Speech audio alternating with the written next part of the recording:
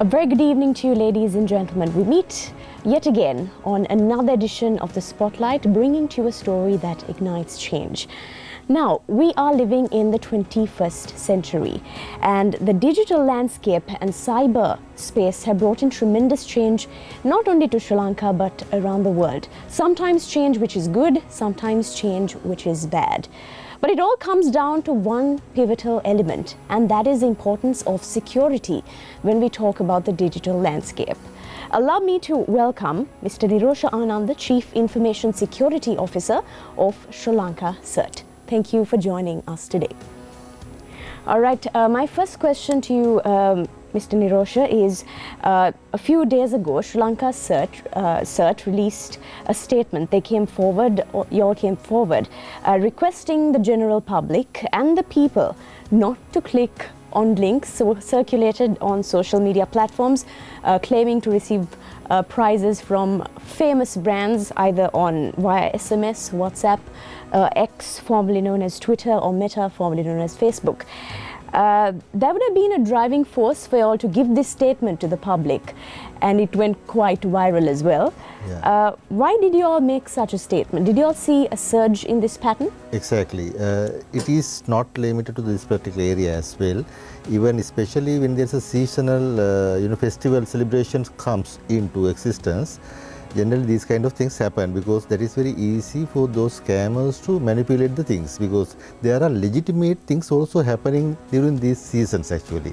So on top of the legitimate things, there are some people, scammers actually, they are launching this kind of activities as well on top of the legitimate stuff. So that is what really happened. And the thing is, they don't need a lot of marketing also to be done. They keep spreading, and the people who become victims, they themselves, disseminating with other groups, because at the end of the initial settings, they were asked to share with some other groups to claim the gift or the offer. So they are basically delivering it to the other groups as well. So it is spreading huge way, and we have seen a lot of people are being victimized through these scams during the last 2-3 weeks actually. So that's why we announced this statement to the general public, saying that these offers or the gifts might be coming from illegal platforms or the illegal scammers, where you have to prevent it from clicking and sharing with some other people. So that's why actually a lot of people are getting victimized, and so many complaints are being received to us, because generally in a year, if you take the last year, we took like 31,000 complaints. Out of this, there are a lot of scams and money frauds things will happen. And this year we have seen a huge number of people were reporting this one. So that's why immediately we released this press release saying that don't be a victim of these scams anymore. So it is better to be not to use these kind of scams basically. Mr. Nirosha, how can a person identify? As you said, these are seasonal. Yeah. Aurudu is coming up, yeah. Then there is Easter, Christmas, whatever season or festival that comes in. As you mentioned, yeah. It's obvious that companies offer promotions, sales, exactly. Discounts. So as a normal person, even I would opt to go for a shop that would offer me a good discount. But how will I know if this is a legitimate discount or a fraud? How will I differentiate that?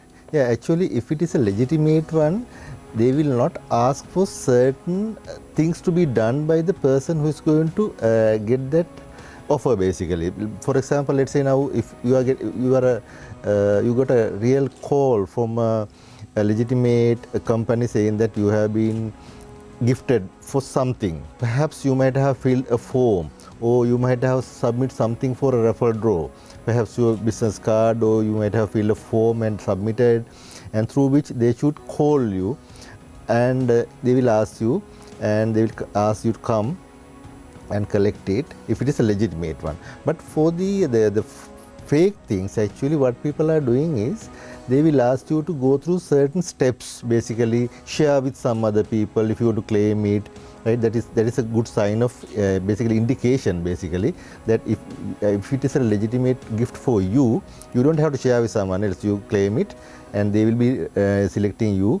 randomly. So there should be random way that they might have selected. And if you are not part of any of this basically, so whenever you are going to, let's say for the last incident, basically it's from one of the supermarkets. So they were claiming that you have some offers, but so supermarket might be having some of your data. I don't know, because most of the supermarkets, they have loyalty cards. So they might be having your data in the database, right? So basically your telephone number might be there. Some supermarket, they take your email address as well. So there is a legitimate way that they can access to your database as well.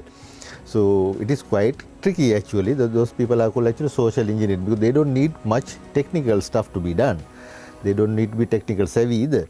The thing is, those guys are so good in social engineering, tricking people, and take you through a couple of steps. Perhaps they might ask you bank details. Perhaps they might ask you to deposit some amount of money. So that is completely fraud, because if you are gifted with something, definitely they should not ask for money or bank accounts. Either you will ask to come and collect. Actually, recently one of my friends got an offer from one of the company. Actually, they call them, ask them, and there should be option for you to call back and check whether it is actually legitimate one or not.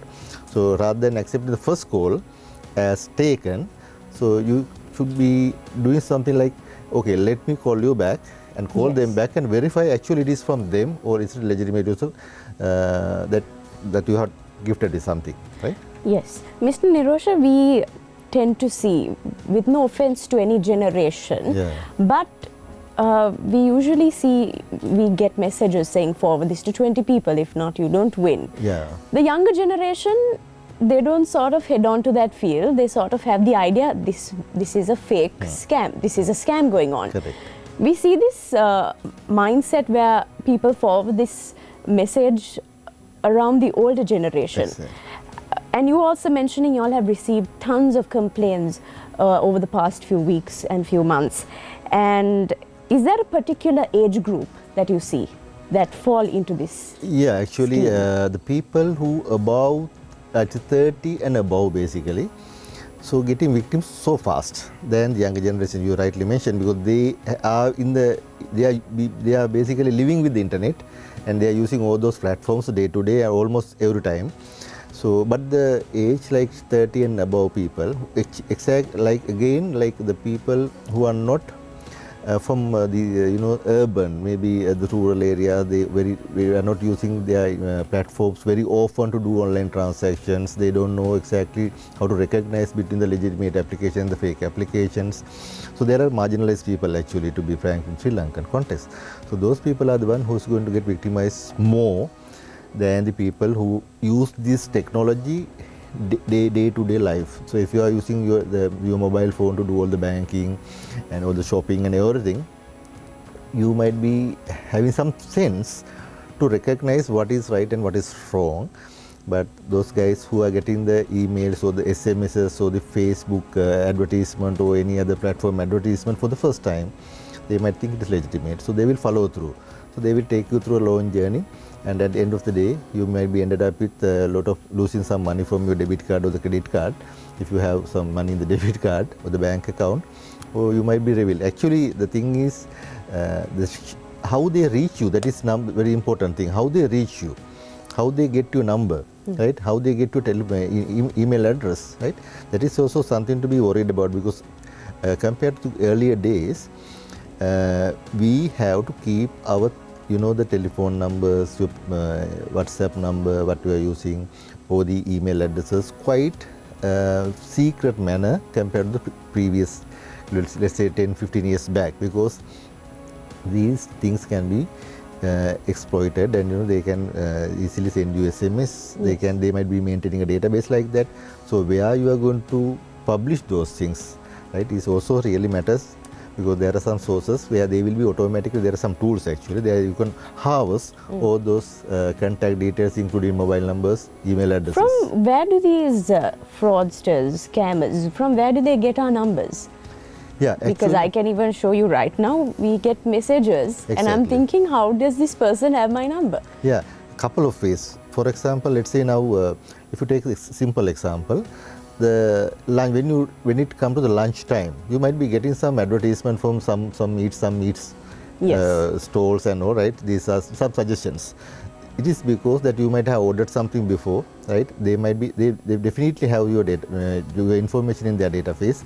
They are suggesting that is a business promotion anyway. That is a legitimate way of using internet anyway for the marketing purpose. And the same time, so where you have given those details, and apart from that, you might be using social media and some other platforms where you might have already given your telephone number or the email address, through which there are some tools they can do harvesting. Bulk way, they don't have to go through one by one.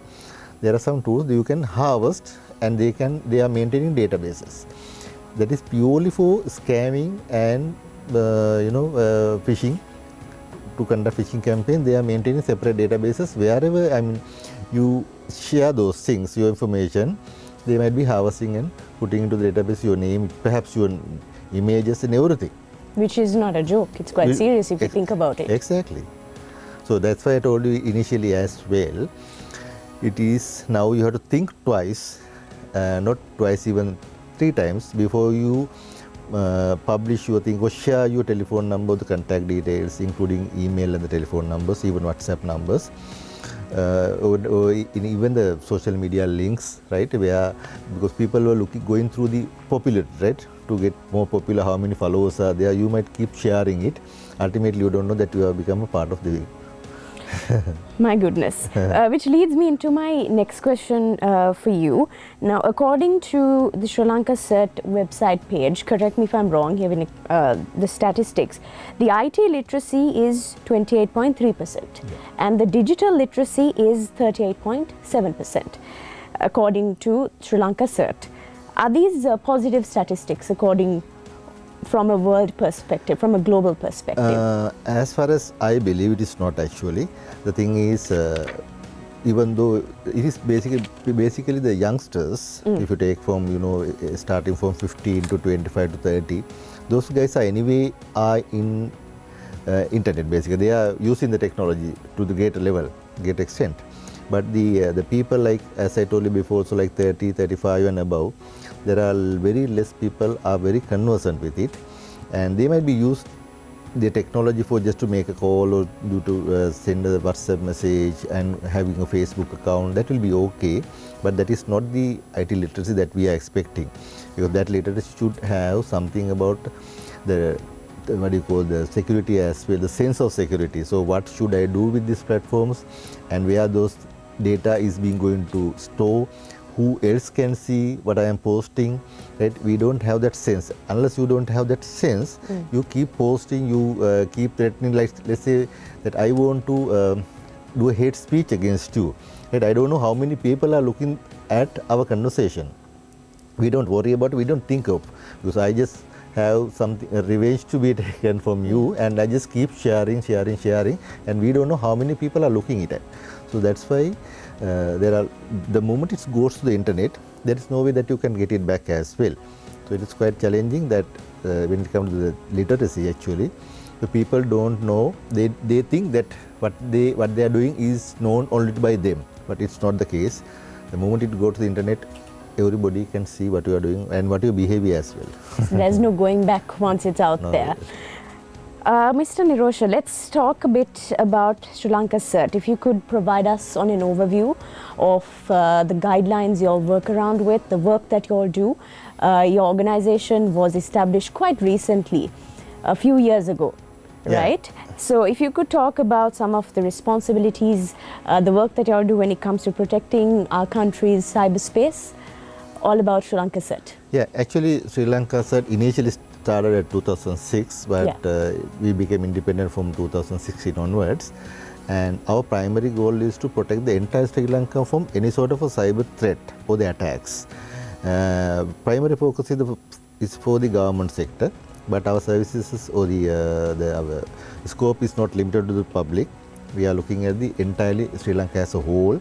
If any attack comes, we are the first responder to be there basically, and to do response whatever the activities that we have to take afterwards. So that is our primary objectives. But at the same time, we have seen a lot of general public, especially the people who marginalized, or the people who are getting victimized very often. So then we extend our service a little bit more to the general public as well. to assist them technically, not any legal base, but the technically how you can resolve certain things before you get compromised, once you get compromised. Either two ways basically. Before you get compromised, we can do, conduct awareness sessions, campaigns, social media campaigns and physical campaigns, awareness sessions, so many things that we are doing to make the general public aware how attackers are creating, the things, and how basically they are attacking you.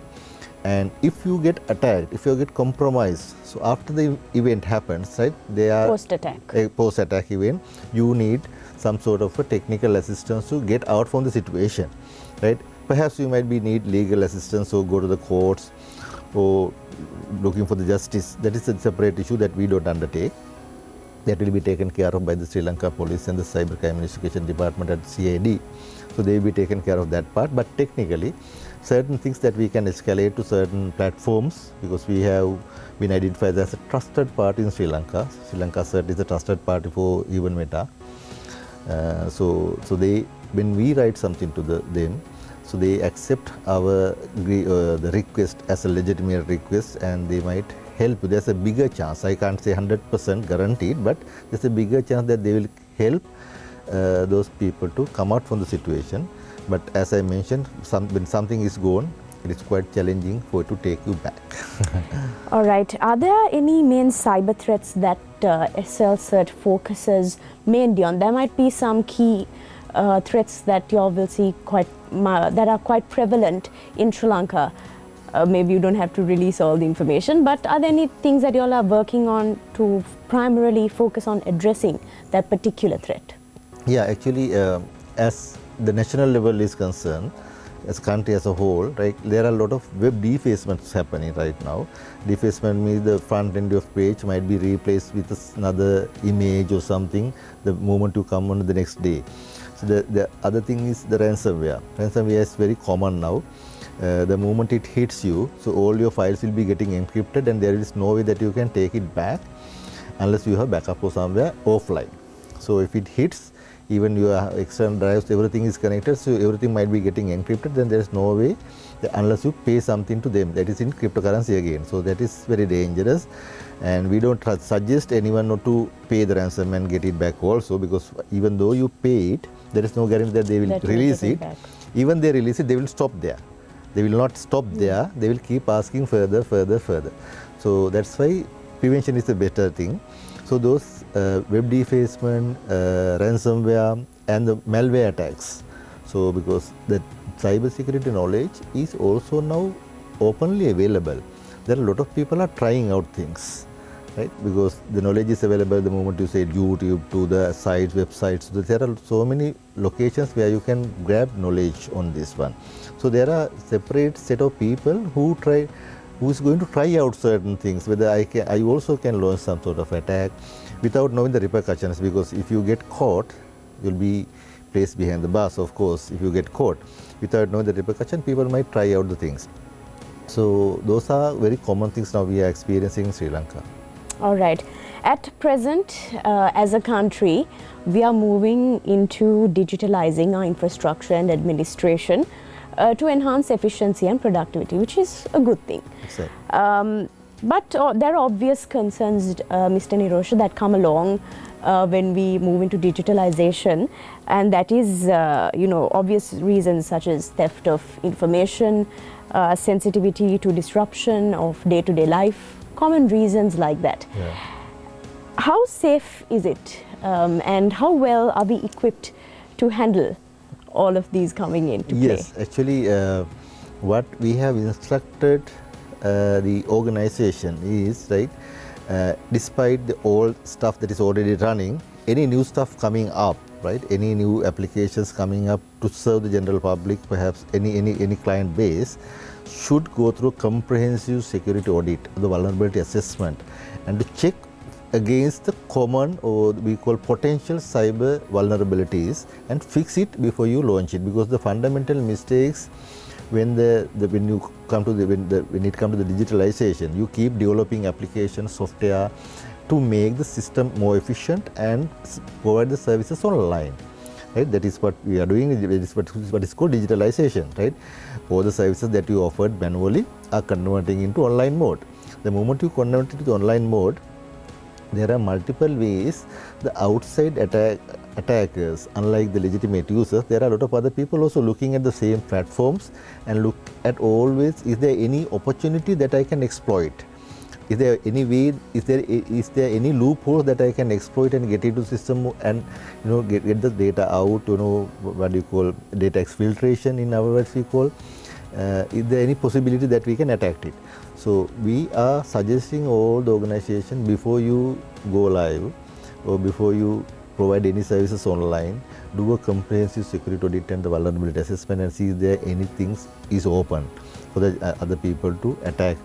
So we close those potential vulnerabilities and go live, and don't stop there, because the threat that you see today will not be there tomorrow. Tomorrow will be exactly new vulnerability might be exploited. So keep your testing your environment as well continuously to see that your system is much protected.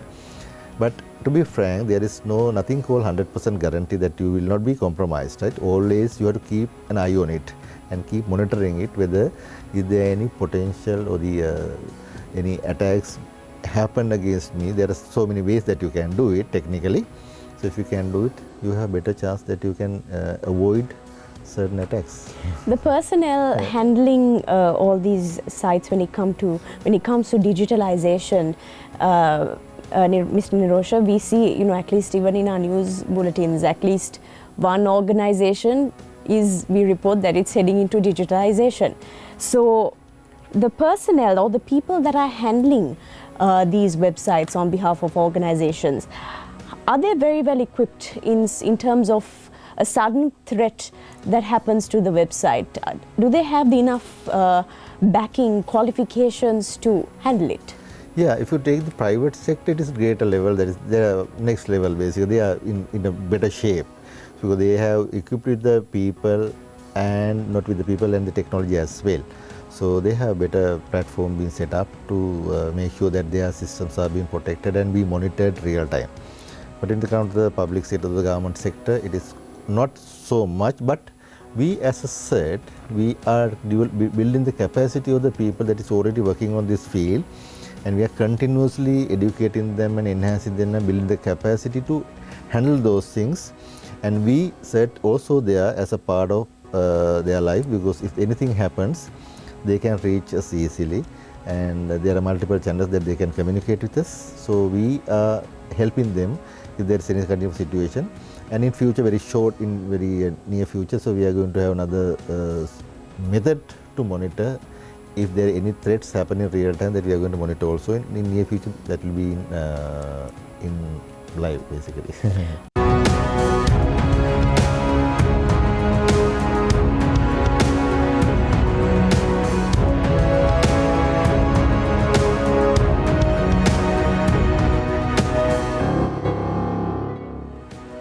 Welcome back to the Spotlight this evening. We are in conversation with Mr. Nirosha Ananda, Chief Information Security Officer at Sri Lanka CERT. Before the break, we were talking about personnel being able to handle this and all things in relation to that. Mr. Nirosha, let me ask you, how does Sri Lanka CERT collaborate with international agencies in staying connected with the updated policies coming into play, and how do we use all of these connections, positive connections, to enhance cybersecurity in Sri Lanka? Yeah, actually, Sri Lanka CERT is a part of Asia Pacific CERT. That's number one. That is Asia Pacific. There is a separate organization called AP CERT, Asia Pacific CERT. We are part of it, active member of it actually. And there are some other organizations like FIRST, and even most of the other countries do have organization called CERTs, Indian CERTs, Australian CERTs. We do collaborate with almost all the CERTs that is available basically in the Asia Pacific region, and not only the Asia Pacific, some other regions as well. So what is the important things that we are deriving from those collaborations is threat intelligence. We call, if there is any particular threat that they have seen, if there is a particular any attacks that they have seen and observed, so they real time share those information with us. So we might be having a little room for us to prepare against those potential attacks. Yeah. So before it reaches Sri Lankan context. So perhaps we might have already hit, or at least we should discuss and get some information how to deal with it. So that collaboration is very good actually. So we are sharing threat intelligence, and apart from that, we do this collaboration help a lot to do the capacity building within the CERT staff as well. So the training opportunities are there, foreign visits are there. So we are getting trained, and for the new technologies, new threats, and how to mitigate, how to handle those steps. So that is a big opportunity to collaborate with most of the organizations like that. Now, what strategies do you all use to raise awareness among the general public? Yeah, the general public awareness is very important because the attacks can be against organization or basically the individual of the general public, one of the. So what we are doing is we taken into couple of categories. Basically, the school children is most vulnerable. If you take the age of like 15 to 21 is the school age now. So those people, students are very much vulnerable, especially the girls. So they tend to use a lot of technology, and they don't know how exactly things are appearing, whether to recognize what is the legitimate one and what is the fake one, and what is the scam and all those things. So they easily get trapped into those things. So we are aggressively going behind schools, children, and collaborating with some of the Sri Lankan organizations as well. There are some organizations who volunteer to do this kind of campaigns.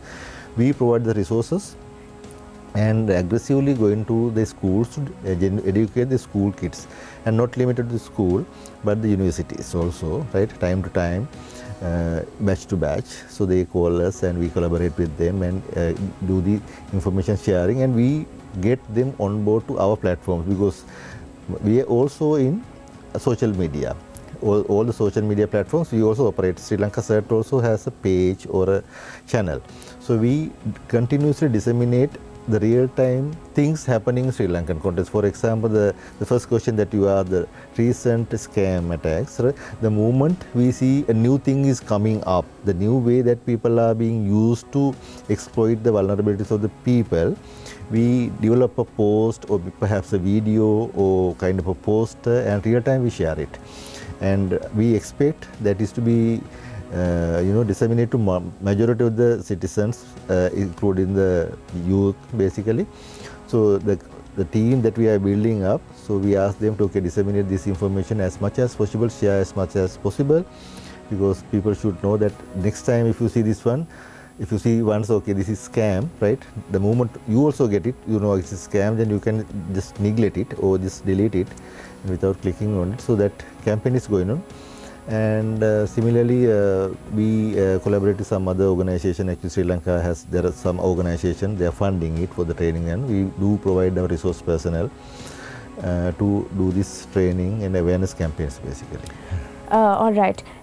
My next question to you is, I think I'm not entirely sure if it comes under your area of expertise, but you were mentioning that children are vulnerable, teenagers are vulnerable, the youth as well. Anyone can be vulnerable.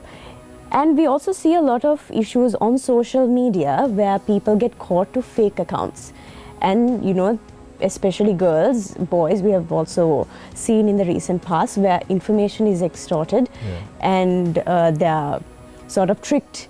And then children are put into a very emotional state, sometimes to the extent of taking their lives. Exactly.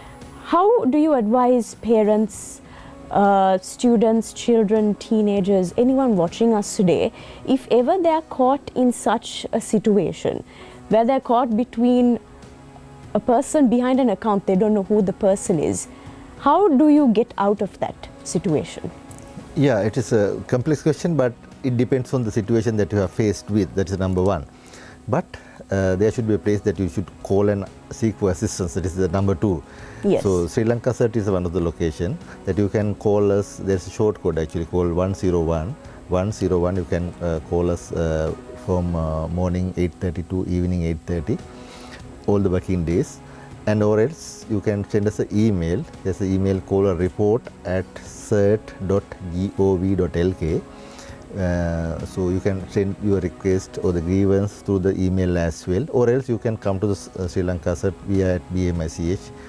premises, so you can come personally and you can explain your situation, and we might be able to help you technically. There are multiple ways that you can that we can assist any victim if something has happened, because if you take the Meta, the platforms under Meta like Facebook, Instagram and the WhatsApp, just a green channel that we can escalate those things with the assistance of the Cybercrime Investigation Department to take those fake, especially the fake pages out of the platform. But again, one more instruction or the advice that I prefer to extend at this location at this time basically, that is prevention is better than cure always. Whenever you are having an account, right? I don't say that get out from the Facebook, get out from the Instagram. I don't say that, because that collaboration is very important. But if you have any sort of account, there are some security settings that you can set where someone else cannot take your images forcefully. For example, if you lock your account, if I am not a friend of yours, I can't take your image out. And I can start creating a fake page because I can't take it. Simply I can't take it because I am not a friend of yours. But when you are accepting friends to your friend list also, you have to be very cautious. One thing that you can see is if someone is sending you a request, go through his profile and see, do he being existing in this platform for a long time, has he got a history? Because if it is a fake account, he might have created it yesterday and sending you a request now and want to be a friend of yours and monitor what you are doing within your profile. So if you have any history, that okay, and you know him personally, and right now I should advise again saying that please take into your account or add your account if you know him and if he knows you, then you take into account. Otherwise there are a lot of people behaving like a legitimate users, perhaps using one of your friends image to create the fake account, and sending a request, you simply edit him or her to your account, and then after that he might be taking all your images daily and creating some other things like fake accounts. So not limited to that, we have seen very recently another campaign is going on saying that I am contesting for, let's say you are a journalist, right? Yeah. By profession you are a journalist, so people might see, your friends might all of a sudden see that I am contesting for the best journalist, the female journalist for this year 2024, and please vote for me. Seems like legitimate one, right? So that campaign is happening everywhere now. The moment other people get into that trap, so they will also compromise their account completely, right? The account will be completely compromised, will be taken care of by someone else's hands, and he will start sending this, and there is no limit. So that is a common thing, because without verifying whether it's actually you are contesting, right, or the people or the friends of yours might be simply click on the link and share whatever their credential with the OTPs and all with the third parties and compromise, simply compromise. That is very common thing nowadays happening. So as bottom line, what I should suggest or the advice is, go back to your accounts or the platforms and see the friends, verify them.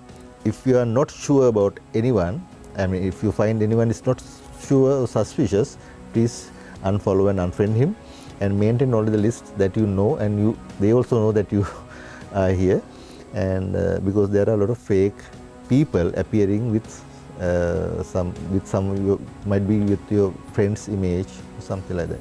What about people who are public figures, who don't sometimes have the chance to have a very private account? What do we have to say to them? So then you can have you can, rather than making them friends, you can then make them as followers, right? Where they will not have any action that you can take with your account basically without commenting. They can just be followers, that the celebrities that you are referring might be. Yes. So if that is the case, there is option that you can have followers rather than be a friends of your account, right? Because the celebrities, of course, they need popularity basically, so they need more fan base. They are discussing how many fans are there, but the followers might be okay. But just simply clicking yes, yes, yes. And other thing is like the security settings that you are going to set over there, you can protect your account using two-step verification, like OTP sent to your mobile phone, and each time if somebody is accessing, you should be getting an alert saying that somebody is trying to log in.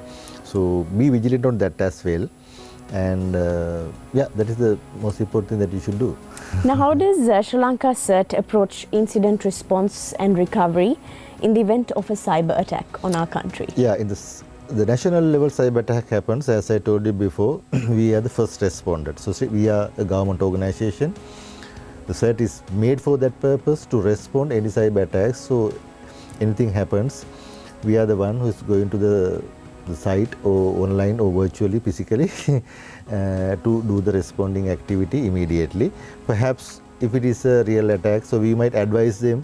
So we might need to talk to multiple organizations like telecommunication industry personnel or the industry we call telcos, or we might have to contact the service providers like hosting service providers and collaborate with them and explain the situation and take maximum precautions to eliminate the threat that if you are under attack right now.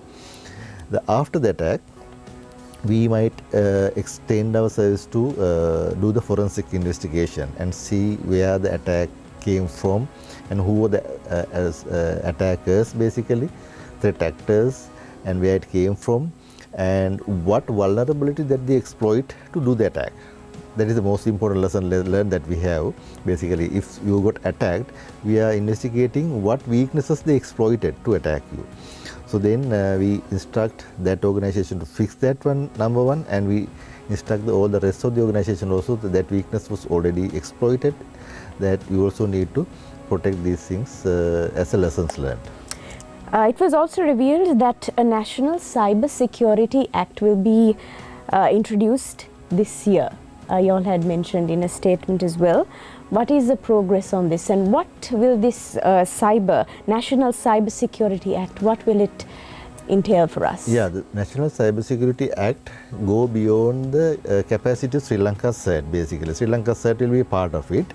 So with the Cyber Security Act, there will be a new agency coming up called Cyber Security Regulatory Authority, where we will be having more powers on executing certain functions in terms of protecting the national information infrastructure. We call critical national information infrastructure protection is very important, because there are certain organizations who offer online services which is very, very important and very critical. If something goes offline for a while, for a couple of hours, that will be hugely affected for the national security, perhaps the economy, stability. So those organization protection is very important. So the authority will have several other powers that you can exercise in terms of implementing information and cyber security policy that we have already developed. There's another thing called cyber security policy that we have developed, and we have already disseminated with all the government organizations to adhere to that. So we will be having more authority to implement that information and cyber security policy through the Information and Cyber Security Regulatory Authority. All right, so it's time we head into our second break, and I have a follow-up question for that as well, but we will be back, and remain with us.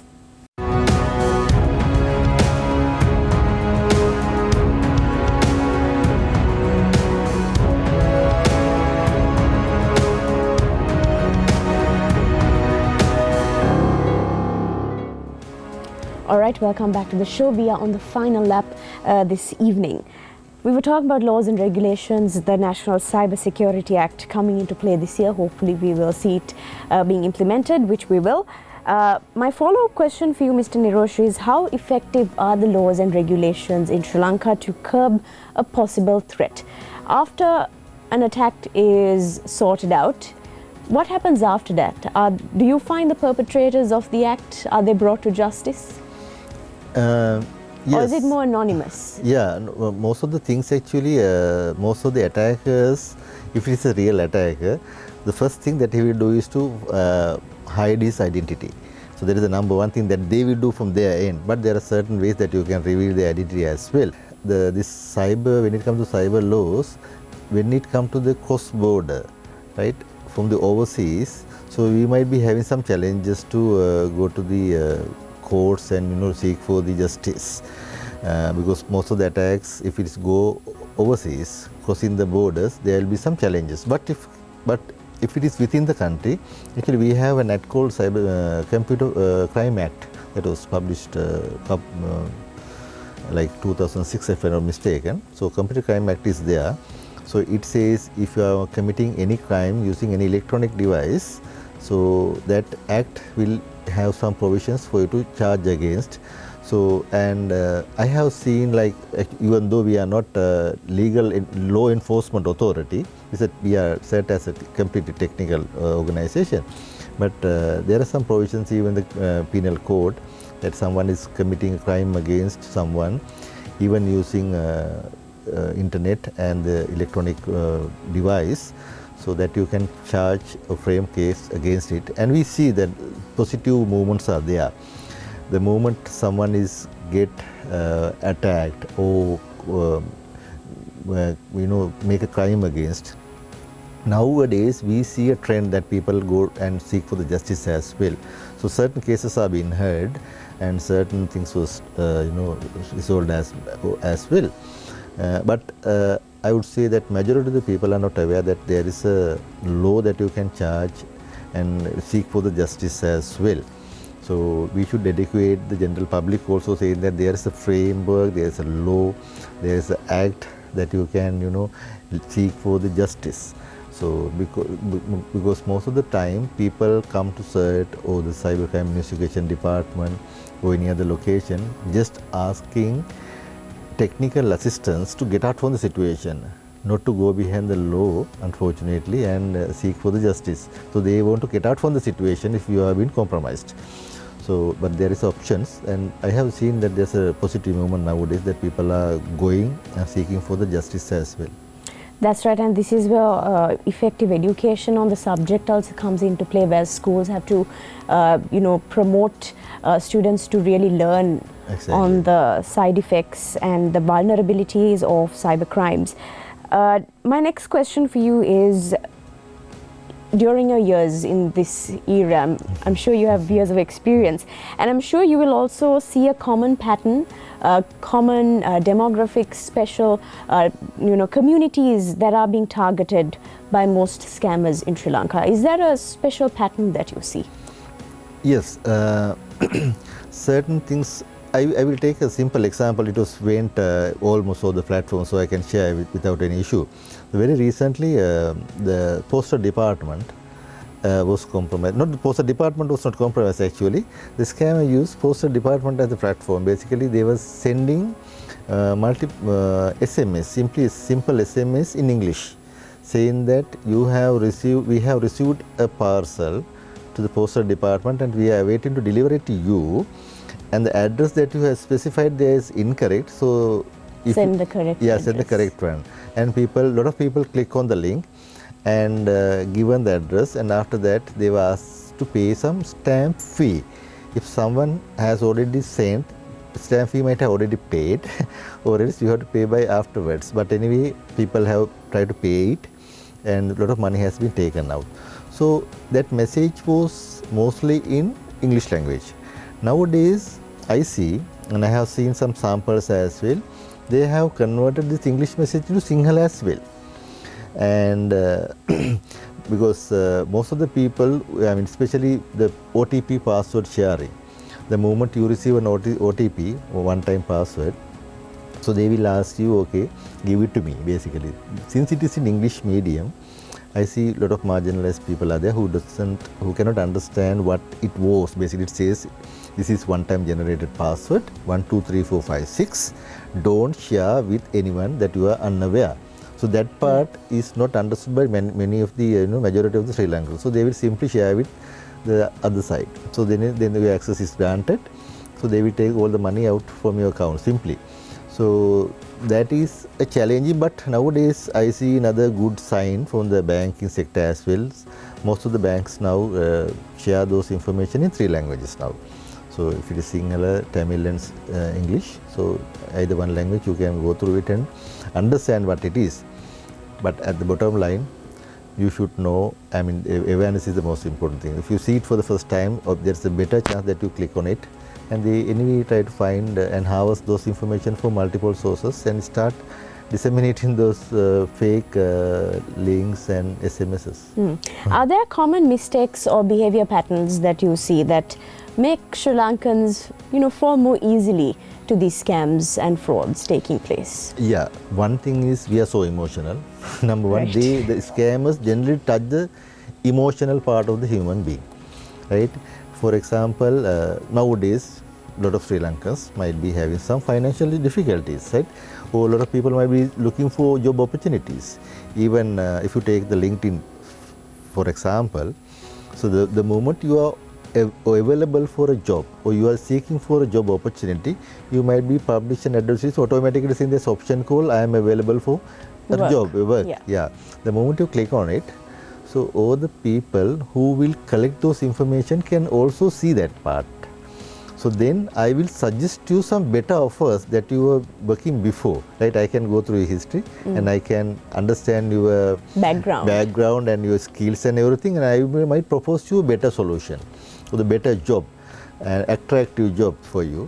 So easily you might trap into it. So you might come back behind me and reveal most of your information. And I see like enrollment fees, pay like this amount for the enrollment, job enrollment. Then for the skill training, pay this much. But so that is how you should identify, okay, this is not a legitimate one. If he's really offering me, they should call me for an interview, not for an enrollment fee, pay something. So that shouldn't be, right? I see that a lot of people touching the emotions, and while going through your account, even not only the LinkedIn, even Facebook, Instagram, wherever, I can understand your lifestyle and I can understand the behavior pattern of your life and everything. So I will touch your weak point basically. So they analyze your lifestyle and send in information accordingly. Exactly, to your weak point, touch your weak point.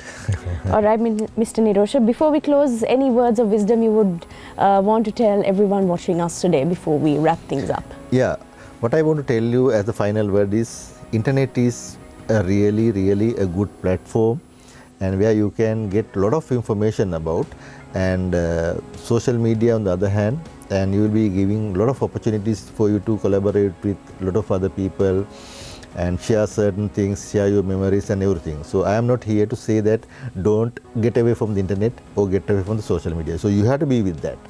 So your future is that the AI is coming up. So AI is developing rapidly more than ever before, and you have to be with it.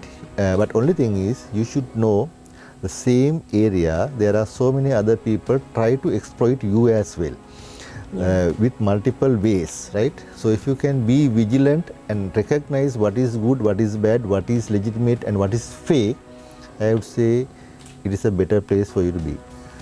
All right, so we have to close things for today, and on behalf of ITN, we want to thank you for joining us today for a very informative conversation that has to be addressed. So wishing you nothing but the absolute best. So I was in conversation with Mr. Nirosha Ananda, Chief Information Security Officer for Sri Lanka CERT. Join me again next Monday, same time, same place, for a story that will ignite change. Until then, have a pleasant night.